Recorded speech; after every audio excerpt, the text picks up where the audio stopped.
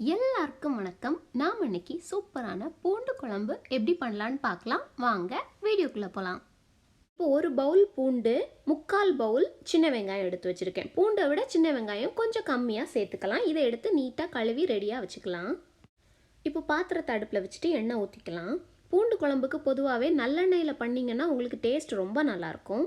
அப்புறம் எண்ணெய் சூடானதும் 1 ஸ்பூன் கடுகு சேர்த்துக்கலாம். அப்புறமா ஒரு 1/2 ஸ்பூன் வெந்தயம் சேர்த்துக்கோங்க. அப்புறம் ஒரு 1/2 ஸ்பூன் சீரகம். இதெல்லாம் பொரிஞ்சதுமே 3 காஞ்ச மிளகாவை கிள்ளி சேர்த்துக்கலாம். அப்புறம் இதில் 2 கொத்து கருவேப்பிலை சேர்த்துக்கலாம். சேர்த்துட்டு கொஞ்சம் நல்லா கிண்டி விட்டுக்கோங்க. இந்த வெந்தயம் கருகாமல் பார்த்துக்கோங்க. இதெல்லாம் கொஞ்சம் பொரிஞ்சதும் இதில் நம்ம எடுத்து வச்சுருக்க சின்ன வெங்காயத்தை சேர்த்துக்கலாம். போட்டு நல்லா வதக்கி எடுத்துக்கலாம். வெங்காயம் நல்லா வதங்கினதுக்கு அப்புறமா நம்ம எடுத்து வச்சுருக்கிற பூண்டை சேர்த்துக்கலாம். பூண்டை சேர்த்துட்டு நல்லா 1 நிமிஷத்துக்கு போல் நல்லா மிக்ஸ் பண்ணி நல்லா கிண்டி விட்டுக்கோங்க. பூண்டு ரொம்ப வெந்துடுச்சுன்னா உங்களுக்கு குழம்பு நல்லா இருக்காது.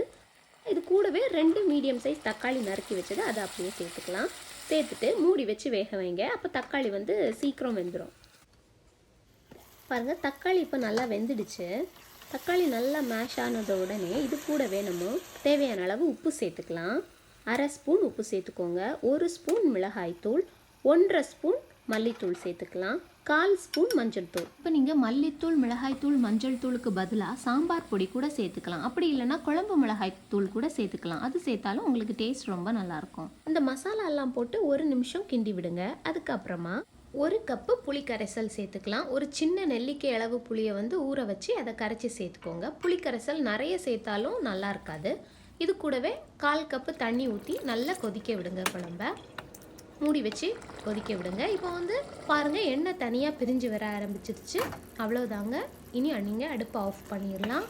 இது சாதத்துக்கு கூட சாப்பிட்றதுக்கு ரொம்ப நல்லாயிருக்கும்.